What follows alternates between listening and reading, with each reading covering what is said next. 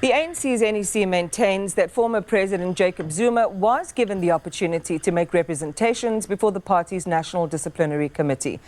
And to be fair to the ANC, Jacob Zuma was given the opportunity to make his representations. The thing is that Jacob Zuma did not want to have his disciplinary hearings virtually. He wanted to sit down with his comrades of the ANC and actually have a conversation or have conversations about the status of their relationship. But ANC said, no, we don't want to have this disciplinary hearing in person because we understand that today, as we speak, things are not the same anymore. As we speak, you are the president of MK Party, and we understand that wherever you go, the MK members will be there to support you. We know if you are attending court cases, you will find thousands and thousands of MK members waiting outside to be addressed by you. So as the ANC, we don't want to find ourselves in a position where you will be addressing the members of MK Party outside of Luthuli House, because this is exactly what was going to happen. If we're going to have this disciplinary hearings in person, we know that thousands and thousands of MK Party members were going to come to Luthuli House to support you, and they were going to expect you to address them outside of Luthuli House. And we as the ANC, we cannot afford to have that.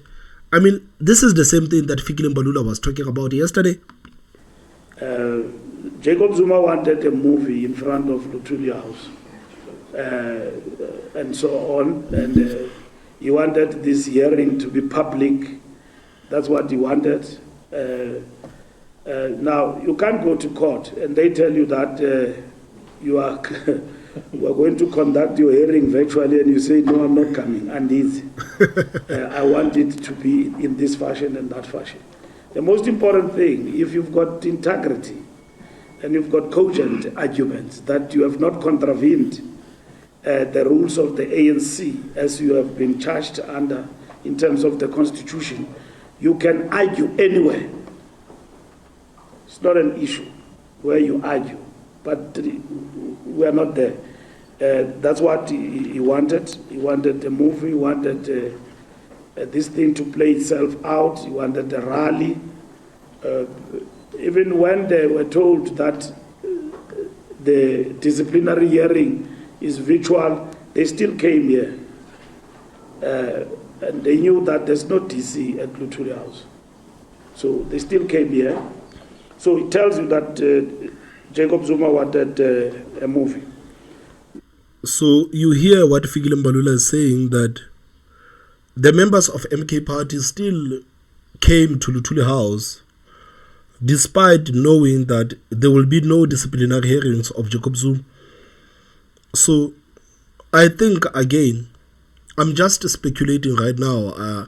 I don't have any proof for what I'm about to say. I think, again, one of the reasons why ANC could not have this disciplinary hearing in person is because maybe they were trying to avoid the possible clashes between the members of the ANC and the members of MK Party. Because what was going to happen is that the ANC members would go to Luthuli House to protect the house, because they would know that MK members will come to protect Jacob Zuma. So naturally, the ANC will go to Luthuli House to protect their house. And there's no love lost between the ANC and MK Party. So only God knows what could actually happen if there will be a situation where thousands of MK members will be standing next to the ANC members. So maybe ANC said, we cannot afford the possible bloodshed between the members of MK Party and the members of the ANC. We cannot afford to do that. So we are opting for this disciplinary hearing to be held virtually. You know, guys, to wrap it up, me personally, when it comes to this matter of ANC and Jacob Zuma, I'm feeling both ways. And the reason why I'm saying I'm feeling both ways is that I understand why the ANC could not have this disciplinary hearing in person. I understand their reasons. And at the same time, I understand why Jacob Zuma insisted on sitting down with the members of the ANC. Because whether we like it or not, Jacob Zuma is not just an average member of the ANC. Jacob Zuma is someone who dedicated 60 years of his life to the African National Congress, and for him to be dismissed virtually, it kind of seems unfair. So maybe the ANC could have just said, Zuma, to avoid all of these things that we have spoken about, let's go to Argentina, let's go to Morocco, let's go somewhere else in the world and actually have this meeting. Because personally, I believe that the ANC needs to sit down with Jacob Zuma and actually make him understand that, Jacob Zuma, we know that you are not happy about the direction that the party has taken. But you, at the same time, opening up a political party, you have destroyed the same movement that you dedicated your life to. Maybe Jacob Zuma could just tell them that, man, I don't appreciate the fact that the political party that we have dedicated our lives to save, it has now been turned into the political party that it is today, and so on and so on. So I believe that the ANC leadership, they need to sit down with Jacob Zuma and actually make him understand that what you did, you have actually destroyed the ANC. You knew how influential you are, but you still went out and opened a political party and contested with us and took our support. And today, we don't have the majority to govern the country today. It's because of your political party. I still believe that conversation between Jacob Zuma and the leaders of the ANC needs to happen.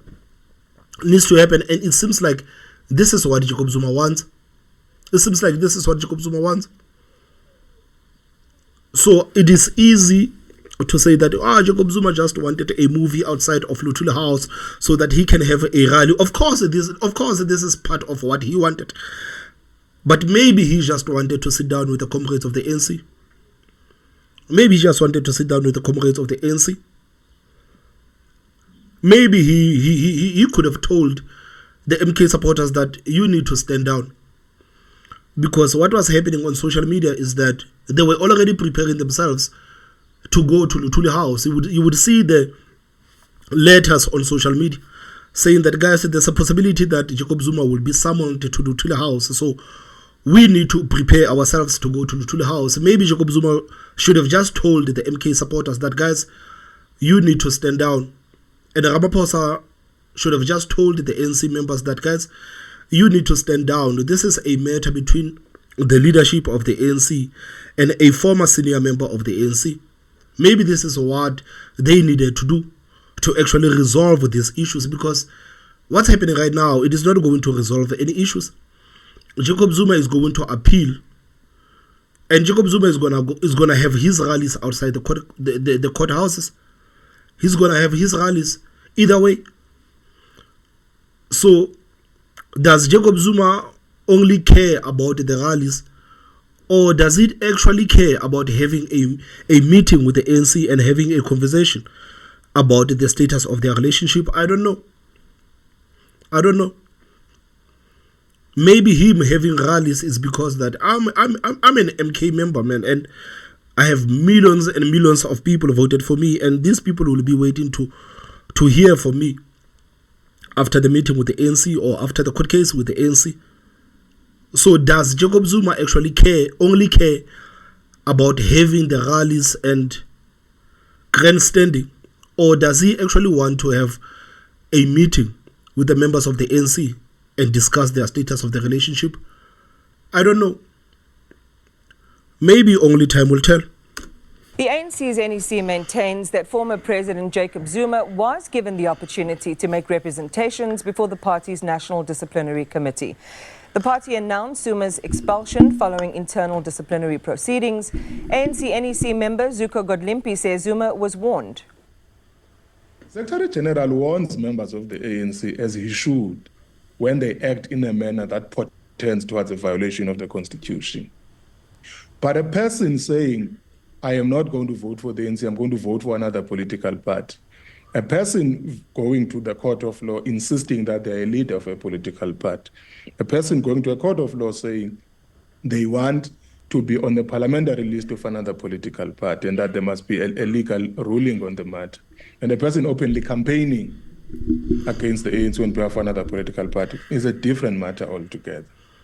And that is why the consequence of it was the decision to charge the member. Godlimpi says Zuma's actions cost the ANC dearly during the recent elections.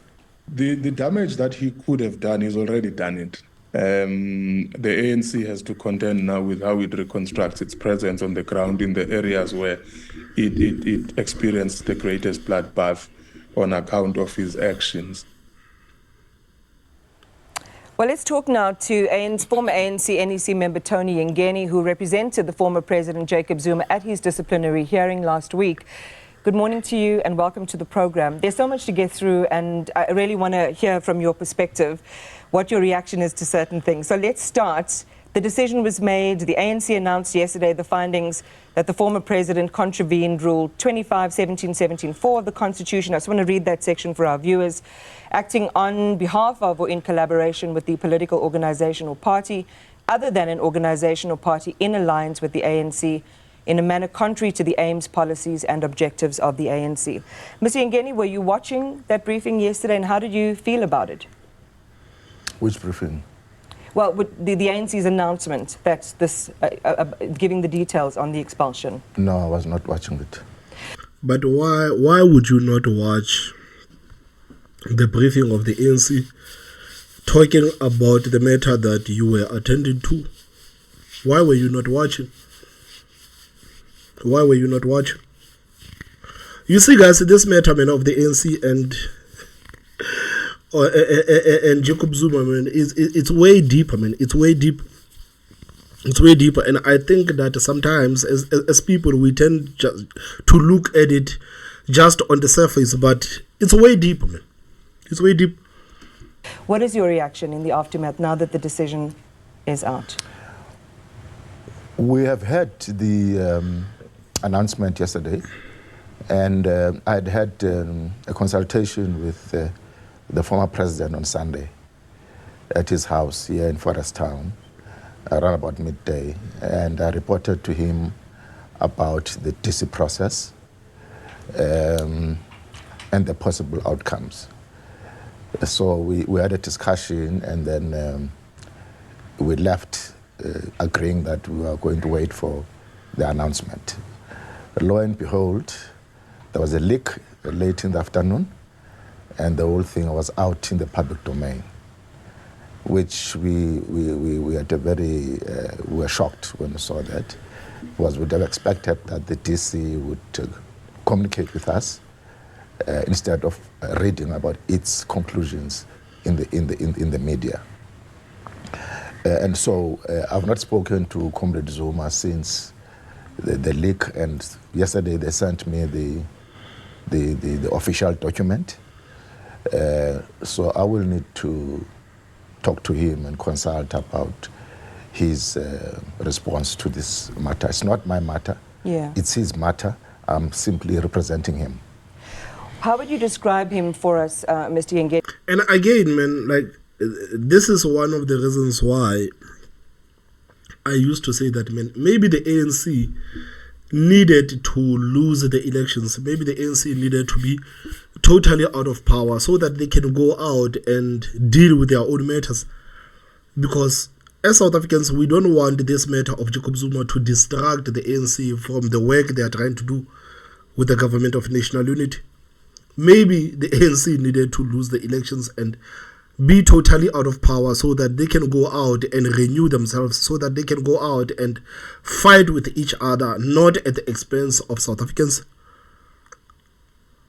Because it might come to a point where this fight between Jacob Zuma and ANC starts affecting how the government is being run. It might come to that, and we don't want that as South Africans. We don't want that. This is why some of us were actually advocating for the ANC to lose power totally. Lose power totally. And go out and fix yourselves. You cannot fix yourselves at the expense of South Africans. You cannot fight with each other while South Africans are waiting for service delivery, while South Africans are waiting for jobs, while South Africans are waiting for security. It is not fair on South Africans. It is not fair. Maybe the ANC needed to lose the elections. Maybe they needed to be out, totally out, so that they can work on these issues. Not at the expense of South Africans. His response to this matter, it's not my matter. Yeah. It's his matter. I'm simply representing him. How would you describe him for us, Mr. Yengeni, the weekend conversation that you had? We'll talk a little bit more about what happened in the DC itself when you left, and there were some issues relating to some of the technical things, and I want to get into what you would have said had you stayed as an emissary of Mr. Zuma. But what was his demeanor like after you related to him? You know, how things went in the DC to the point where you left. What was his reaction? What was his state of mind? Well, you'll be surprised. His demeanor was that of a person who was very relaxed. Actually, we were laughing throughout the conversation when I was telling him the story of what transpired. But on a serious note, Msholozi is unmoved. He believes that the platform used to take him to a DC is not the right one. He doesn't understand why his own organization, his own movement that is set for so long, wants to take him to a DC through a computer and not person to person, so that the serious issues that are confronting him are discussed between comrades, face to face, not through a phone, not through a computer. So he's not moved when it comes to that platform. He thinks that there should be a person-to-person interaction. He was the deputy president at some point, was a president at some point. He should be treated with respect. This was an act. Maybe, I don't know, maybe the ANC just wanted to make a point and say that you are not bigger than the organization. Maybe this is the point that the ANC was trying to drive, that you are not bigger than the organization. Because Tony Yengeni says that Jacob Zuma wanted to be treated with respect, but many ANC members do not feel like Jacob Zuma starting a political party was actually respectful to the ANC, because he is a senior member of the party, who was the president of the party, who was the deputy president, and all these positions. He should have understood that this is how the ANC operates. The ANC is going to maybe protect Ramaphosa the same way they used to protect you.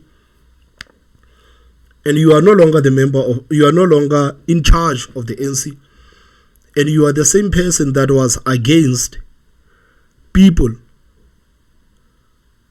starting up the political parties once they left the ANC. You were against people advocating for other political parties while they're still members of the ANC. You remember that video of Jacob Zuma? While he was bashing the people that were going outside to form the parties outside of the ANC. So the ANC, maybe they were just inserting the authority that you are not bigger than the organization. We understand your contribution, but you are not bigger than the organization. President at some point, was a president at some point, he should be treated with respect. This was an act of disrespect, you would say? That's how he feels, that they needed to, acknowledge his contribution to the struggle for liberation and to the ANC, and deal with him in a proper family way, a family manner, than to treat him like a Malala pipe of some sort. I mean, like this is the same thing, man. Like, when you go out and open a political party, knowing what that means and knowing what that is going to do to the ANC, how do you expect the ANC to treat you with respect when you have just done that? how do you expect the ANC to treat you like a family member when you opened a political party and destroyed the same movement that you served your whole life?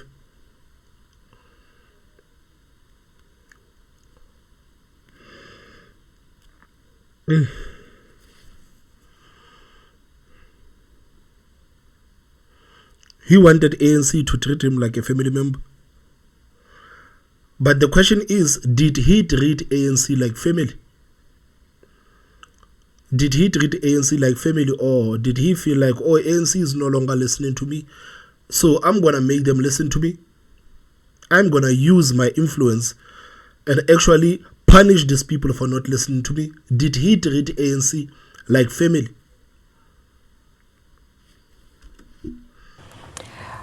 Do you think the outcome, Mr. Yengeni, might have been different had you stayed for the hearing, you know, and you've said, I'm not putting up with this, and left when the virtual hearing got underway and then started to experience some technical difficulties? No, I don't think so. I think when I listened and in these deliberations with the DC of the ANC, the sense that I got was these people have already decided the direction they're going to take, and nothing is going to stop them. Even when I persuaded them to allow me to have a pre-hearing so that we can take care of the logistical and operational issues before us. And I was trying to convince them that I'm new in the process. I need time to familiarize myself with the detail. That was the first time that I appeared in the DC. And I indicated to the chair of the DC that would want to have a conversation with his presenters so that we can agree on date and time. That very night when I got home, I got a letter from them to say the following day we are expected to appear before the pre-hearing at 12 o'clock. I was like, what is this now? They gave me the assurance that they'd consult me about the time, venue, date of the meeting, even the platform for that matter. But the letter simply instructed me to appear at 12 o'clock the following day. So I called Comrade Uriel, who's the chief presenter of the ANCDC, to say, but what is this? Do you guys think that I'm sitting there at home folding my arms waiting for you to summon me to a meeting? Don't you think that it is correct for you to consult me and say, Comrade Tony, are you available at 12, or is it at 1 or at 3? Why do you think that you can just arrogate yourselves the right to summon me? I'm not the church member, yeah? What do you think is really I mean, like, the reason why Tony Yengeni feels like the ANC had already made their decision is because, yes, the ANC had already made their decision that they were going to expel Jacob Zuma. And as much as Jacob Zuma or Tony Yengeni wanted this matter to be dealt with politically, ANC still has a constitution and it has rules, and if you break those rules, the ANC is going to deal with you. So the ANC didn't want to appear weak by dealing with the matter of Jacob Zuma politically while they deal with other members of the ANC by what the constitution says. So I still believe that there are those people within the ANC that wanted this matter to be dealt with politically, to sit down and try to make each other see or try to understand where each other come from. But at the same time, you have the constitution of the ANC, and this constitution of the ANC, it cannot be ignored, because still within the ANC there are people that said that the constitution of the ANC stands and no one is bigger than the constitution of the ANC. And what Jacob Zuma has done, he broke the rules of the constitution of the ANC. As much as we would love to sit down with him and have a discussion with him and politically try to solve what is happening, but at the end of the day, there are people that are watching us as the leadership of the ANC. There are people that are watching us and they are monitoring us. And if we dare deal with this matter of Jacob Zuma, unlike how we deal with the matters of other members of the ANC, we're going to appear as hypocrites. So the ANC didn't want to appear as hypocrites. They said, man, we have the constitution, but this matter is politically, we need to deal with it politically, but at the same time, we have the constitution and we need to respect the constitution of the ANC. We need to respect the constitution of the ANC. Maybe Jacob Zuma being expelled from the ANC, it is a good thing. Maybe it would actually afford Jacob Zuma to start having the conversations with the ANC members politically outside, because the ANC machine has already kicked him out. So maybe he can now have real conversations with the members of the ANC politically about what's happening within the party. But at the end of the day, the party and the constitution stands, and everyone inside of the ANC has to abide by the constitution of the ANC. Everyone within the ANC has to abide by the constitution of the ANC. It's just that now, when you look at the ANC and when you look at how some of these things are applied, like, it's ANC's own doing.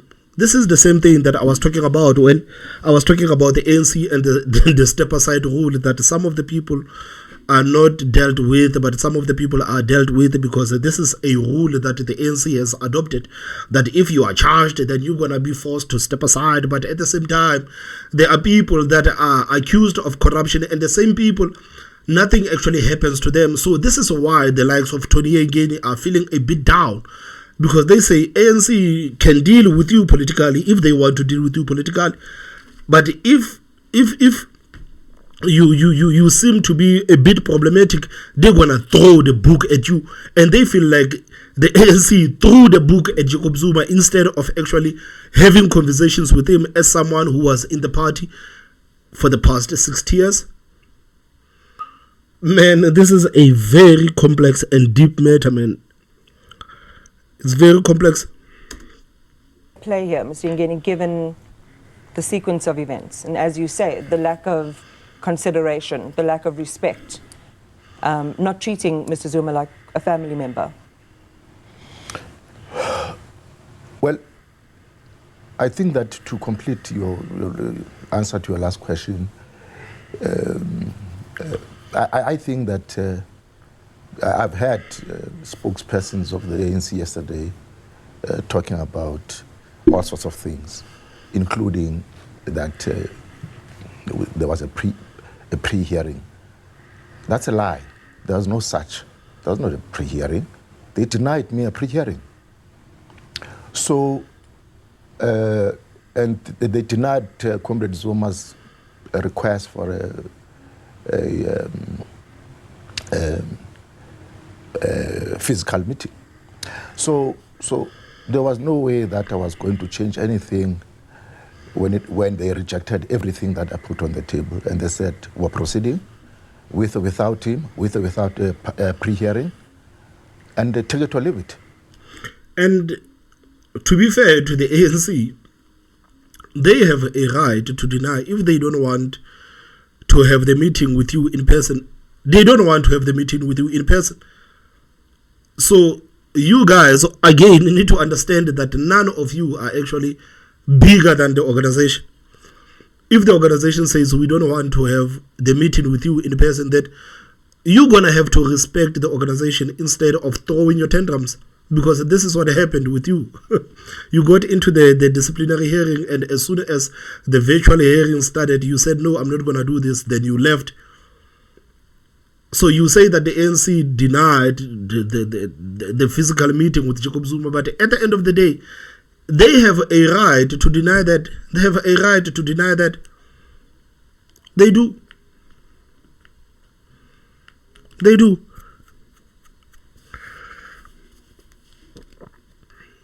So you guys should have just respected the ANC. You should have respected the ANC.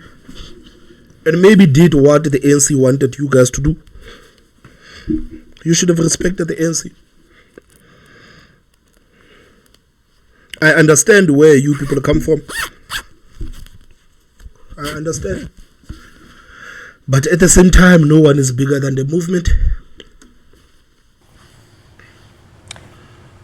As you say, it was a foregone conclusion. So I'm gauging then you don't believe there's anything that you could have said to change their minds. Do you think you could have mounted, or would you have mounted? What would have been the substance of your defense, I want to say, or your submission to that hearing? Well, to us, it was clear that they are using the main charge is to vote for another party, or to alliance, to be in alliance with other party, as the code of conduct of the ANC maintains. And I was asked this question last week by a journalist, and my answer was a simple answer. When I was in the NEC of the ANC, there was talk about the ANC voting with and for the DA. I vehemently opposed that. Then, I still do. Now, if you vote for the DA is not in alliance with the ANC. The DA is an opposition to the ANC. Yeah. The DA opposes everything the ANC stands for. Yeah. Now, how do you deal with Zuma differently if leaders of the ANC are imploring or calling upon members of the ANC to vote for the DA? Do you make, I was listening to that interview, it's with a colleague of mine. Do you make the distinction, Mr. Yengeni, between the ANC voting expeditiously or expediently in Parliament along certain issues with opposition parties? Of course, they're in a GNU now, so they're going to have to find each other, even inside that government formation. The difference between that and actual party leaders internally saying, I'm going to go out, form a different party, and vote for that particular party while remaining a member. Is there a distinction in your mind, or are both those things the same thing? I think they may be different, but almost the same thing, because there are many, many instances before in our history, during these 30 years, where members of the ANC, either in local councils or provincial legislatures or wherever, who voted with the opposition, and the DA in particular. And those comrades were expelled by the ANC. Which examples are you thinking of when you say I don't have immediate examples now, but if you want them, I'm sure you can find them. There are many, many examples of ANC members who voted for the DA who were expelled, particularly or especially at local level. So I'm saying that the distinctions between what you are saying and what I'm saying is really not something substantial as far as I'm concerned. I think the principle is that if you vote for another party while you're a member of the ANC, in terms of the ANC code, black and white, states that you shall not do that. But today, ANC leaders are doing that without caring what the code is saying. But those two things are different, man. They're different. It's different to vote with the DA because you are in the government of national unity with the DA, and a senior member of the ANC opting to start a new political party. Like, those things are different because right now the ANC has a president, and that president was voted in by the DA. So those things are different. I don't see how you can draw the similarities between the ANC working with the DA and voting with the DA on some issues, and Jacob Zuma starting his own political party and contesting the ANC. I don't see how you can draw the similarities because those two things are completely different. They are different. Right now, the ANC has a president of the country, and it's because of the DA. It's because of the DA. So you can't just say that the ANC voting with the DA, it is a wrong thing. Whereas today, the ANC enjoys being a party leading the government of national unity, and that was made possible by the same DA that you are bashing today. Like, there are no similarities. Those things are completely different. They are completely different. Because some would actually argue that, and you, Tony Yengeni, have actually argued that the ANC should have worked with MK Party You can argue that, but we know what the MK member said. We know what the MK spokesperson said. They said that as long as Ramaphosa is the leader of the ANC, MK party will not work with the ANC.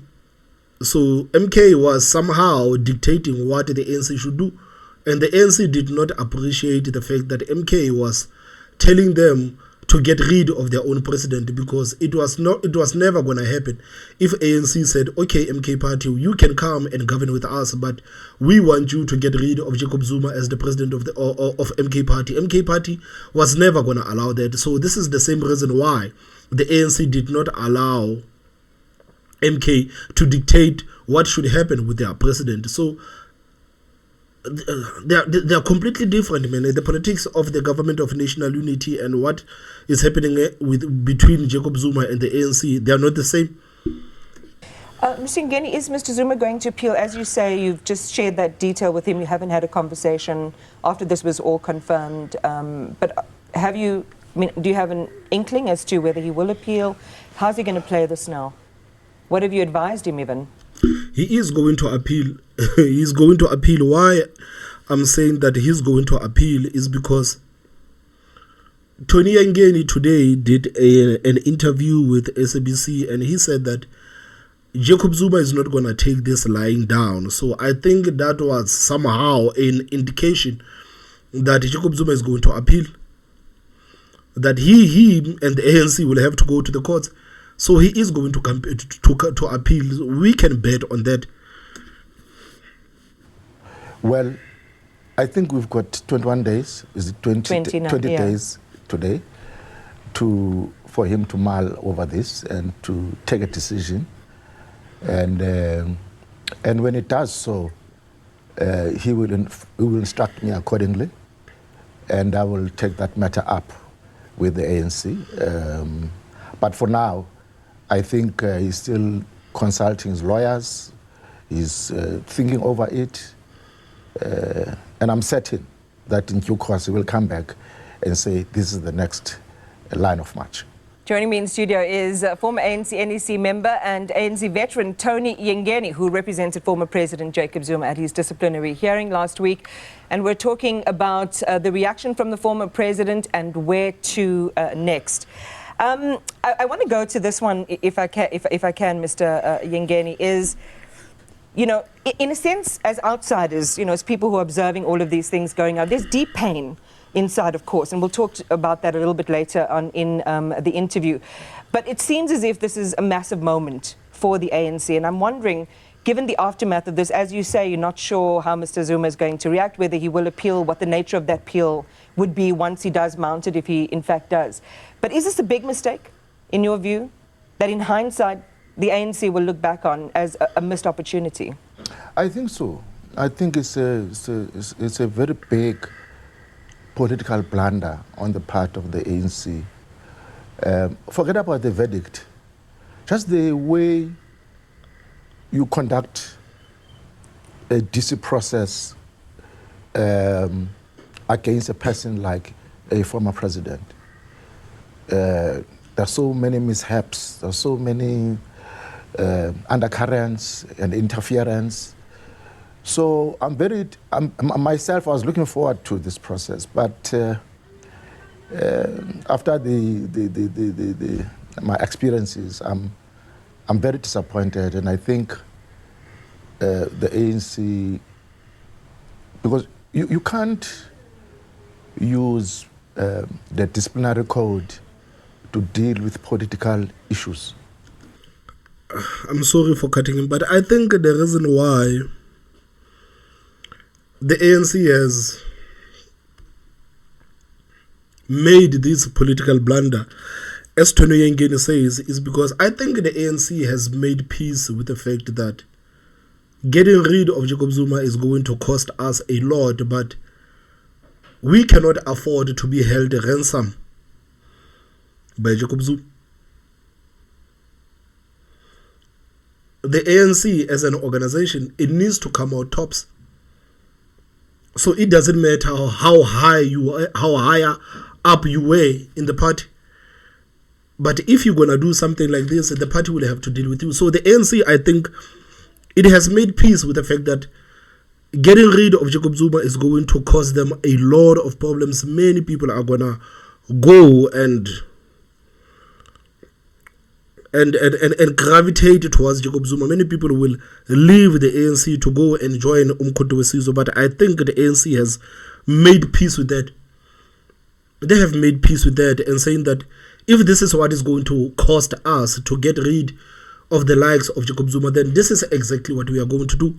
We are not going to be held ransom by the fact that Jacob Zuma is popular within the ANC. If this actually brings our organization to one knee, then it is fine. We can build back the African National Congress without being held ransom by someone who is popular within the organization. So I think they have made peace with the fact that this move is going to cost them a lot, and they are okay with it. They are okay with it. Because if they didn't want to suffer the consequences of getting rid of Jacob Zuma, they would have ignored the constitution of the ANC and decided to deal with this matter politically. But again, they understand that in the long run, it was going to cost them to avoid the constitution of the ANC. It was going to come back to bite them, because other members of the ANC would expect the same treatment that the ANC would have given to Jacob Zuma. And it will not be okay for the ANC to deal with the matters politically and the matters that should be dealt with constitutionally. So I think the current leadership of the ANC has actually made peace with the fact that, okay, it's going to cost us, but it is okay. It is okay. Let's get rid of this. Let's get rid of Jacob Zuma and let's build back the African National Congress. And this is going to be a wake-up call to many people within the ANC that if it can happen to Jacob Zuma, then it can happen to you. If Jacob Zuma can be expelled, then you can be expelled. You are not special. So many guys within the ANC are going to toe the line, and they will understand that no one is bigger than the movement, because if the ANC decided to deal with this thing politically, they would actually understand that some people are bigger than the ANC, and the ANC cannot afford to be put in that position. So it might be a political blunder, but I think the ANC is okay with making this political blunder. The disciplinary code to deal with political issues. The disciplinary code is there to pursue rogues, people who are, involved in very wrong things. And they believe that opening a political party, it is wrong. They believe that opening a political party, it is wrong. You remember that, guys? One of the reasons why people distanced themselves from the ANC is that ANC failed to deal with the matter of Jacob Zuma. As soon as he announced that he's no longer going to campaign for the ANC, people were expecting the ANC to be tough and to deal with the matter of Jacob Zuma. And the fact that ANC was going around and not knowing what to do with the matter of Jacob Zuma, it actually angered a lot of people. And many people saw the ANC as a weak organization. They saw ANC as a weak organization. And the ANC learned from that mistake that we cannot appear weak in front of our people. We need to make an example that if you go against the ANC is going to deal with you, and no one is bigger than the organization. And I think in this instance, it's a matter that could be dealt with internally, amicably, politically. But Comrade Zuma says in public that he had to take the step he took because he tried everything in the book to raise his issues. But those issues were just ignored and he was rebuffed. Is he a sacrificial lamb, a scapegoat? Well, I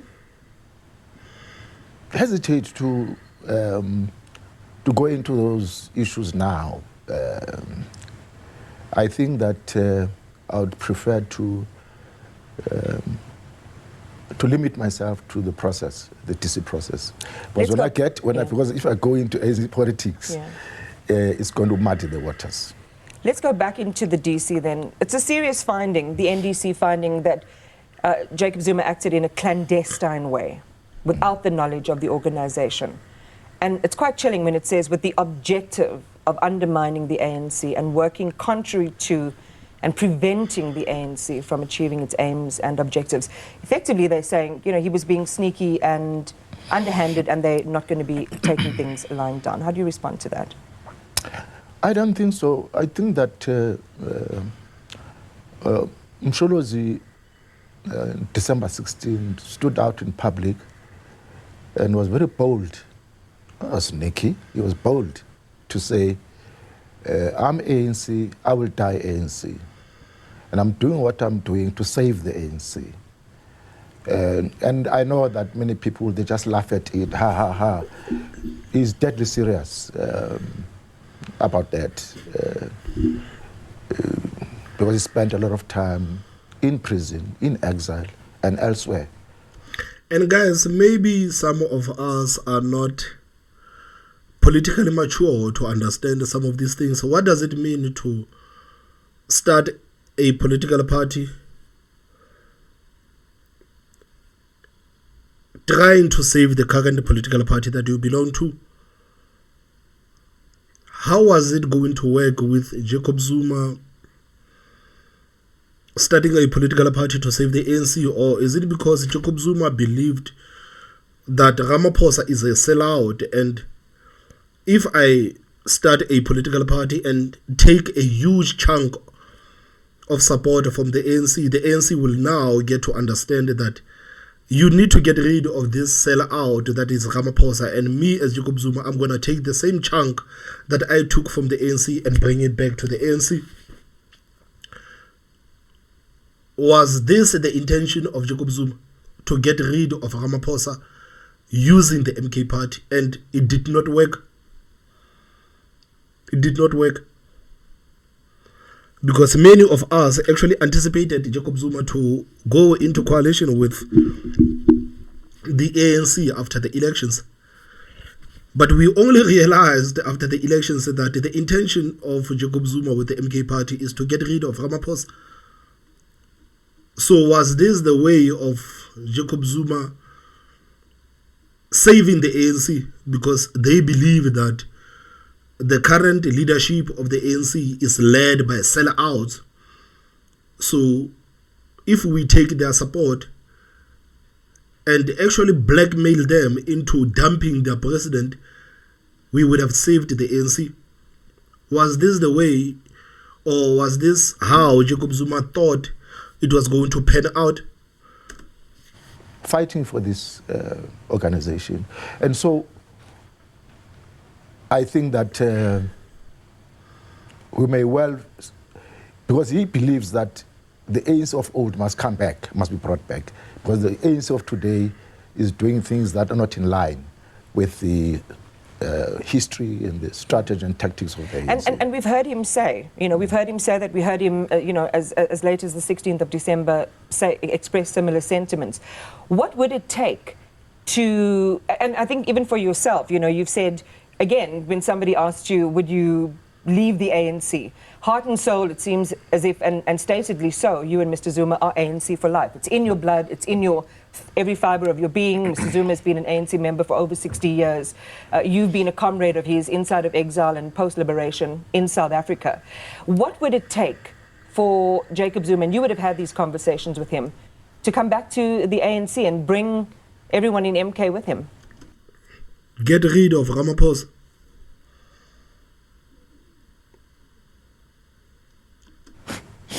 Well, no, we have not discussed that, but I think that I'm sure if the things in the ANC change for the better, the ANC operates in a manner that is consistent with its own constitution and code of conduct, and remains true to the National Democratic Revolution, remains true to the cry and demand of our people for the expropriation of land without compensation, radical economic transformation. If the ANC remains true to those ideals, I'm sure Comrade Zuma will rethink his ways. No, like, get rid of Ramaphosa. This is what Jacob Zuma and the MK party wants. But when it comes to these policies, the radical economic transformation, expropriation of land without compensation, and some of these ideas or the policies of the ANC, truth of the matter is that ANC failed to implement these policies. They themselves failed to implement these policies. So how can you expect Ramaphosa to now expropriate land without compensation and to implement the radical economic transformation when Jacob Zuma was the president of the ANC? And Jacob Zuma never implemented these policies that he's talking about today.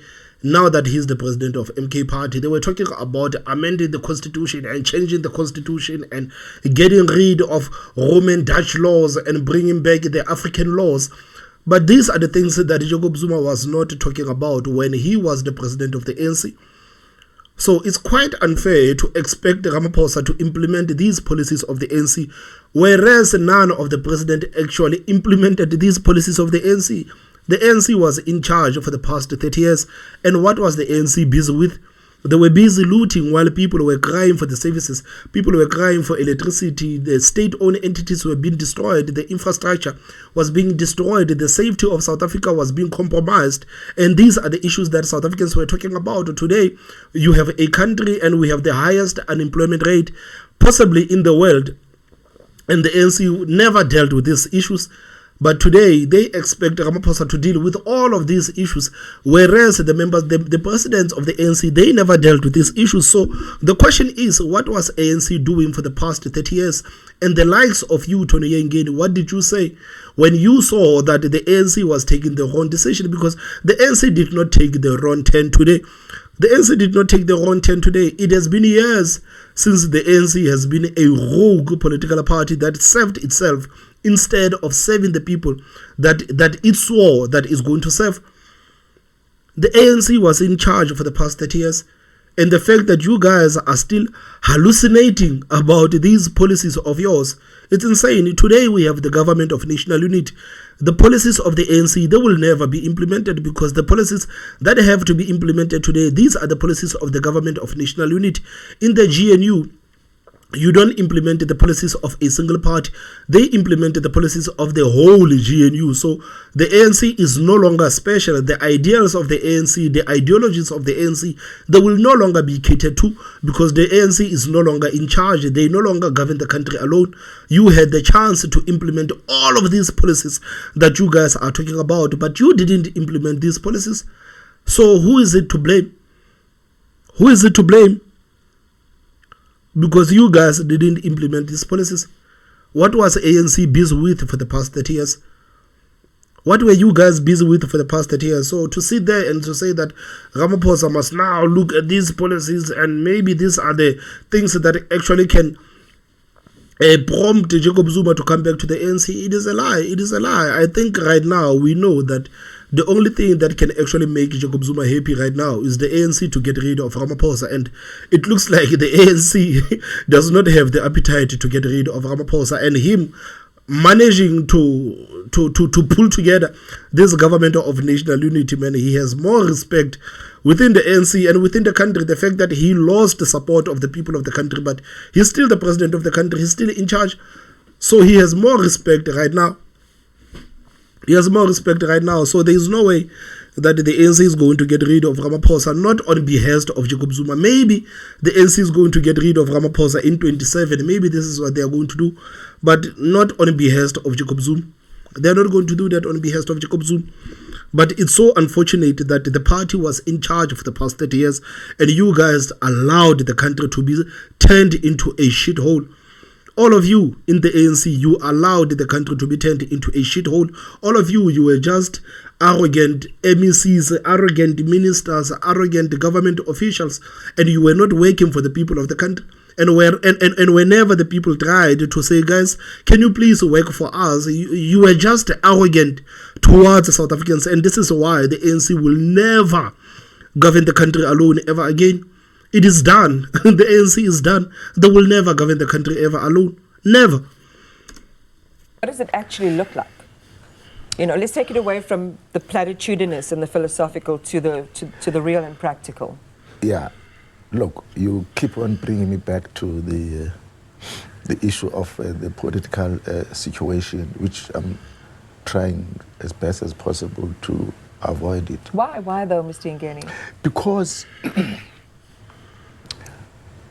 I never knew in my life, in my political life, that one day the ANC would go into bed with the DA. So you thought that the ANC would be in charge until Jesus comes? So you thought the ANC would be in charge until Jesus comes? Because it looks like you are quite disappointed that the ANC lost the support. It looks like you are quite disappointed that the ANC lost support. So did you think the ANC would be in charge until Jesus comes back? Were you guys not paying attention to the decline of the ANC? And what did you think that decline was going to do? What did you think it was going to be the results of that decline?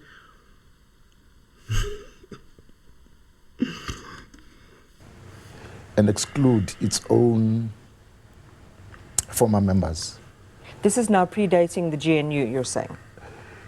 Because, you know, these sentiments and the formation of MK was predating the GNU. Predating and even after. Because now you're asking me the question about today's environment. And I'm saying, I never knew or even dreamt that this would ever happen, but it has happened. And there's been a reaction. And I think it's false to accuse Comrade Zuma to be responsible for the problems of the ANC. The problems of the ANC are self-inflicted as far as I'm concerned. And they are internally based. Of course. But also, you know yourself as a person who works here every day that there are protests around the country all the time about the lack of delivery of services to the people. This is though across administrations, right, Mr. Yengeni? Yes, but the distinction or the difference now is that the people have spoken in the last election. When Zuma was president, it took us to 62%. Cyril came, took us to 57%, and his second stint takes us to 40%. So there's a vast distinction between then and now. But at the same time, you cannot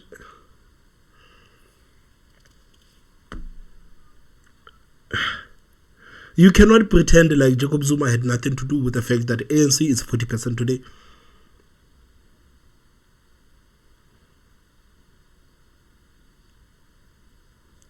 You cannot, there's no way that you're going to say that today we went from 57% and now we are on 40%. It's because of Jacob Zuma, it's because of MK Party. Look at the board, the numbers are there. The numbers are there with the MK Party. This is the reason why the ANC is below 50%. This is the reason why the ANC is not governing alone anymore. If Jacob Zuma didn't open a political party, chances are the ANC would still be governing the country alone.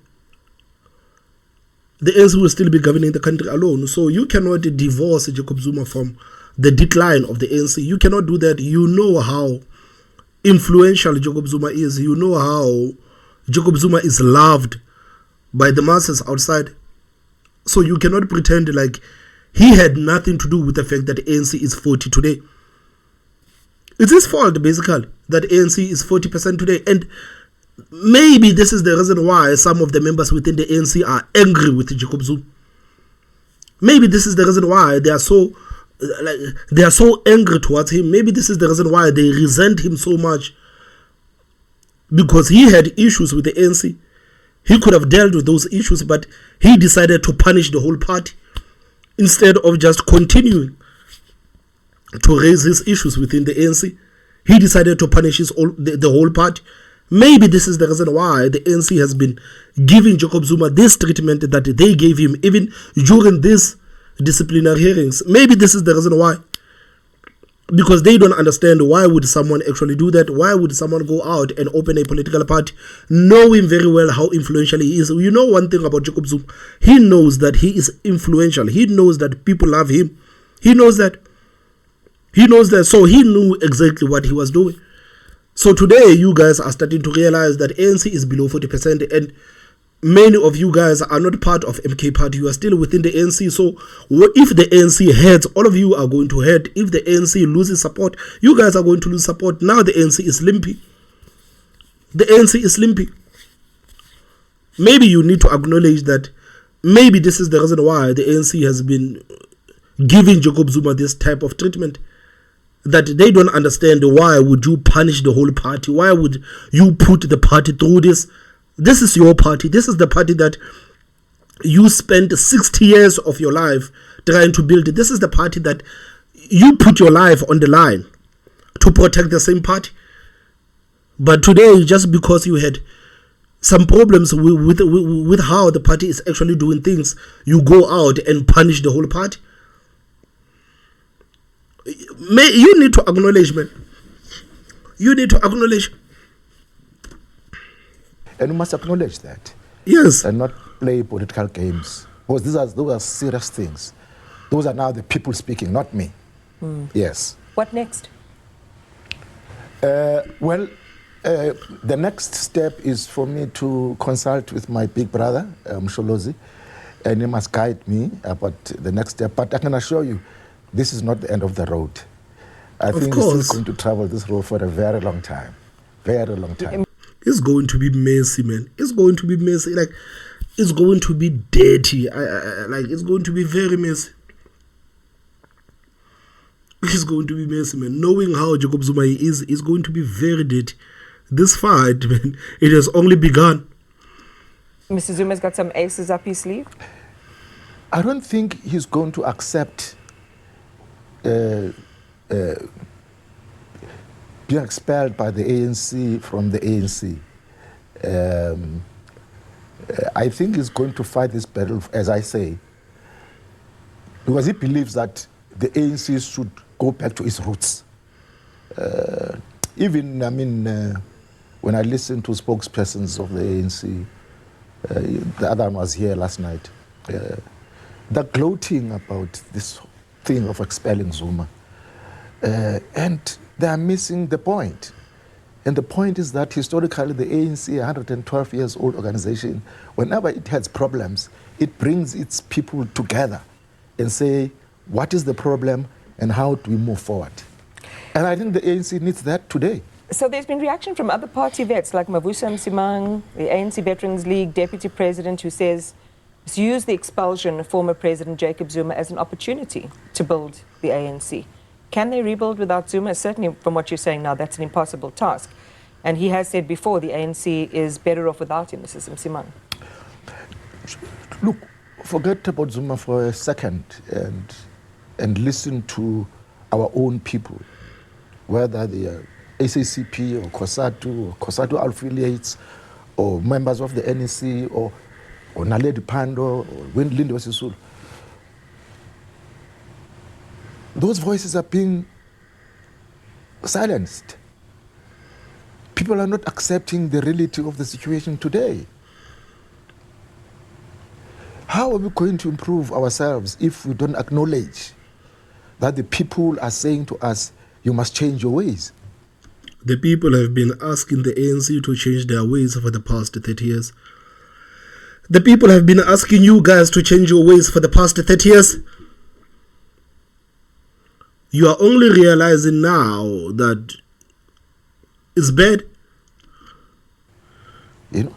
So I'm saying that you can attack Zuma as much as you like and make him to be a bad man, but deal with the issues that the people are putting in front of you. Please. You know? Why do you ignore the SACP or COSATU affiliates who are talking to you as allies now? You rather listen to the DA and not to the SACP. What is that about? There's deep hurt. Am I reading that correctly, Mr. Yengeni? Excuse me? There's deep hurt, it would seem. Are you hurting? No, I'm hurting myself because, you know, when I came back from exile, I I didn't come to South Africa in 1990 through an aeroplane. I You came with a Mercedes-Benz. Tell them, boy. came walking with my AK-47, and my pistol, ammunition, my grenades on me. Walked through the borders to fight the enemy. So to find yourself being ostracized and rebuffed by newcomers, I'm a figure. I mean, it hurts. But apparently the Cyril Ramaphosa and these administrations, Abomafigizolo, they are the newcomers. At least this is according to Tony Yengeni. I believe that this is going to be a bitter fight between the ANC and Jacob Zuma. This is going to be a bitter fight. I think we are about to hear some of the deepest secrets of the ANC. You remember that Jacob Zuma used to say that if the ANC pushes me, man, I'm going to have to react. I'm going to have to react. So I think it's going to get dirty. This fight between the ANC and Jacob Zuma is going to get dirty, and I think it has only begun.